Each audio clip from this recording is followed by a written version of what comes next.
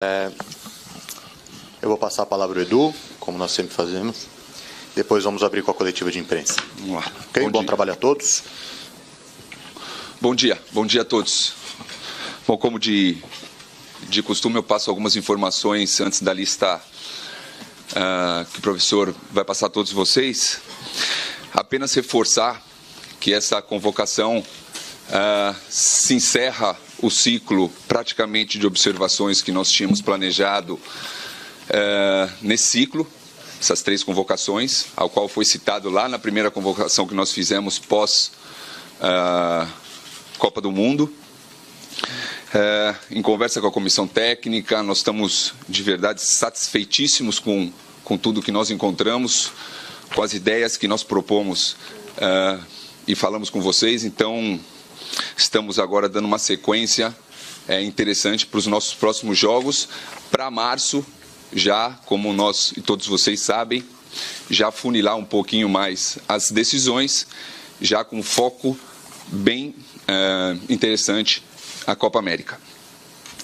Como também foi divulgado a todos vocês, nós iremos jogar contra Camarões, horário de Londres às 19h30 e horário de Brasília 17h30. Também um adversário que entra dentro de uma característica que nós achamos interessante enfrentar, haja visto que nós não enfrentamos ainda nenhuma seleção africana. Então entramos num conceito interessante que nós tínhamos de um adversário com esse poderio também.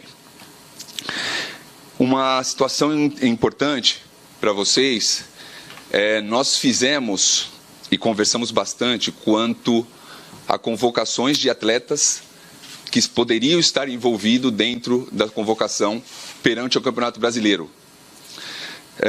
Foi decidido em conjunto não convocar nenhum atleta que estará disputando o Campeonato Brasileiro, porém, levando em consideração a singularidade de uma situação específica, de um atleta específico que o professor vai citar, e se vocês quiserem também aprofundar um pouco mais sobre a situação, foi construído em conjunto com o clube a situação de uma convocação específica. Então, professor, não, pode, o senhor cita. O Dedé, você está falando do Dedé. O Dedé é o único jogador brasileiro que estará convocado devido, como eu citei, à singularidade do atleta. Então, o chefe da delegação também, nós teremos nosso doutor Gustavo Oliveira Vieira, que também é o presidente da Federação do Espírito Santo, que vai estar à frente da nossa delegação. E com isso, passo a palavra ao Tite para que ele possa passar a lista para vocês. Bom dia. Alisson, Liverpool. Brazão, Cruzeiro. Ederson, City. Defensores, Danilo, City. Dedé, Cruzeiro. Fabinho, Liverpool. Felipe Luiz, Atlético de Madrid. Marcelo, Real Madrid. Marquinhos, PSG. Miranda, Inter de Milão. Meio-campistas, Alain, Napoli. Arthur, Barcelona. Casemiro, Real Madrid. Paulinho, Guangzhou. Felipe Coutinho, Barcelona. Wallace, Hannover. Atacantes, Douglas Costa, da Juventus. Firmino, Liverpool. Gabriel Jesus, City. Neymar, PSG. Richarlison, Everton. William, Chelsea.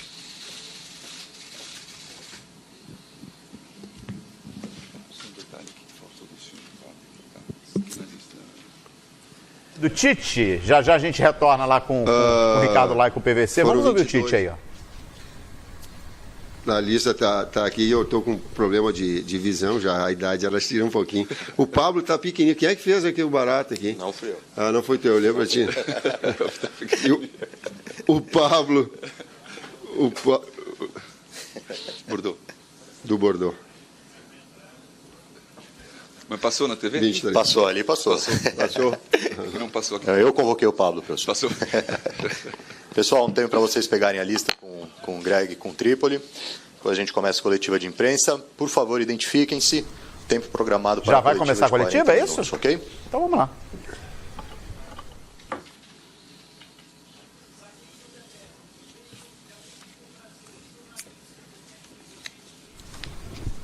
tem um tempinho, né, para o pessoal anotar ali a convocação, para começar de fato a entrevista coletiva. Mano, gostou? Enquanto o Tite não fala? Eu acho que o principal foi ele não ter convocado jogadores que podem estar numa fase crucial do Campeonato Brasileiro. Apesar de ele ter convocado o Dedé, eu acho que é uma situação ali que o Cruzeiro já não almeja mais nada dentro do campeonato, já conseguiu a sua vaga direta para a Libertadores através da conquista da Copa do Brasil. Eu acho que isso foi importante, principalmente pelo fato dele não mexer em jogadores ali como um Dudu, por exemplo, um Paquetá. Eu acho que nesse quesito aí o Tite mandou bem.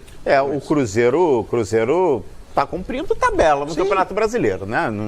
Praticamente sem risco aí de rebaixamento, Da outra vez e já com a vaga direta assegurada na Libertadores. Houve um consenso da comissão técnica da seleção com a comissão técnica do Cruzeiro. Sai ganhando a seleção, sai ganhando o jogador, principalmente, né? Quem não quer estar nesse momento aí na seleção brasileira, e pro Dedé especialmente. Paulinho voltando, hein? Vai começar a entrevista coletiva, Silvinho, vamos acompanhar. Edu, eu de Júnior, Grupo Globo. Tite, na lista passada você não chamou os jogadores que estavam envolvidos na disputa das semifinais da Copa do Brasil, de Cruzeiro, Palmeiras, Corinthians e Flamengo. E nessa lista agora, à exceção do Dedé, como já foi explicado, você não convoca os jogadores que estão na disputa do Campeonato Brasileiro, principalmente os postulantes ao título. De que maneira isso provocou um impacto nas observações e testes que você queria fazer, já pensando também na Copa América? Cria impacto, sim. Não são testes, são oportunidades, né? E que eu também deva ter, e a minha função e o meu cargo, ele exige isso, que eu tenha bom senso, que eu procure me projetar em relação àquilo que o campeonato é, aquilo que eu gostaria se fosse técnico de clube, mas que também o calendário, ele proporciona essa dificuldade que nós estamos tendo. Procurando ter o bom senso, agora, de que há um prejuízo, por vezes, individual e de oportunidades para não ter um Paquetá, para não ter um jogador do Palmeiras, para não ter um jogador do Corinthians, para não ter... Sim, ele é inevitável, não adianta a gente ficar desdizendo em relação a isso. Tite, aqui à sua direita, Cícero Melo, da ESPN, tudo bem? Bom dia a todos. Ô Tite, eu queria que você falasse desse novo ciclo, até agora. O que mais te chamou a atenção desse novo ciclo pós-Copa do Mundo, com vários jogadores que se revelaram, né? O Richarlison é o grande exemplo disso. Qual é o que está projetando aí para o próximo ano, nessa dimensão de que a toda hora vai aparecer, no futebol brasileiro tem esse detalhe, né? Essa característica de que a toda hora revela jogadores que ninguém quase conhece e aparece jogando, daqui a pouco está num time europeu e fica conhecido no mundo todo. E falasse também do Alan, né? que é dessas novidades na seleção brasileira. O que te levou a convocar? Qual é a característica principal desse jogador? Tu usou o termo revelaram-se. O que eu procuro, o que é o desafio da nossa comissão técnica?